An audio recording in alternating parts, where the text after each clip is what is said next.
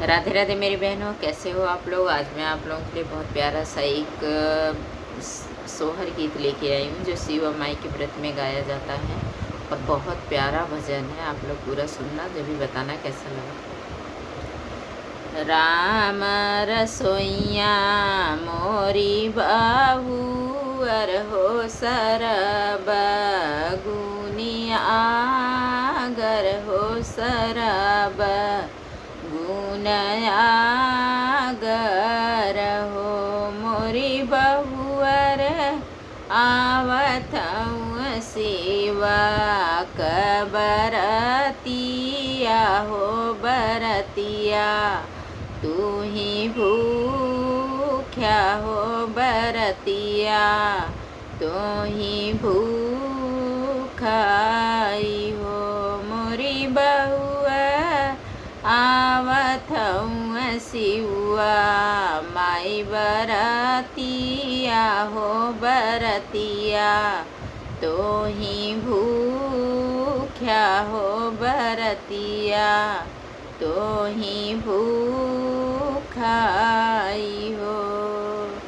एक ही बचन सासु पूछिला हो जाव तू बतावती हो कि जाऊ तू बतावती न हो मोरी सासु कैसन है शिवा बाबा तोहार होत कैसन शिवा माई न हो मोरी सासु कैसन हूँ शिवा तोहरे बाबा होत कैसन शिवा माई न हो। सोनावा बरना शिवा बाबा होत चांदी बरन माई होत चांदी बरन माई न हो मोरी बहुअर चम चम चमक्याला सुरतिया हो देखता मनवाला गए हो देखता मनवा मोहाला हो मोरी बहुअर चम चम चमकला सुरतिया हो देखता मनवा मोहाला देखता मनवा मोहाला हो।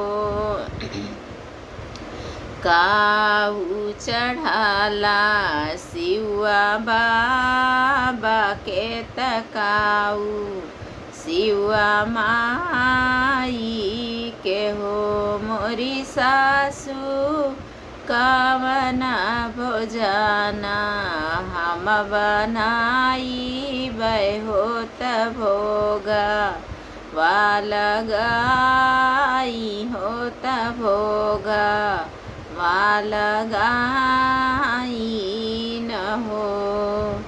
एक हाथ लिहा फूल मालावा हो दूसरे हाथे फलावा हो दूसरा हाथे फलावा न हो मोरी बहुआ हलुआ ही पूड़ी माई भोजनिया हो तू भोगा वालगाया हो तू भोगा वालगाया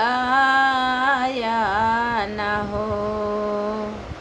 निहुरी निहुरा गोड़वाला गा हो चरनिया तू पखारा हो चरनिया तू पखारा न हो मोरी बहुआ आचरा फैलाई भीख मांग्या हो ललनामा, तोहरे होई है हो ललनामा, तोहरे होई है न हो मोरी बहुआ, आचरा फैलाई भिखिया मांग्या हो ललनामा, तोहरे होई है हो भवनामा, हमारे खेली है हो। ये गीत आप लोगों को कैसा लगा प्लीज़ ज़रूर बताना। ये मेरे मन से लिखा हुआ गीत है।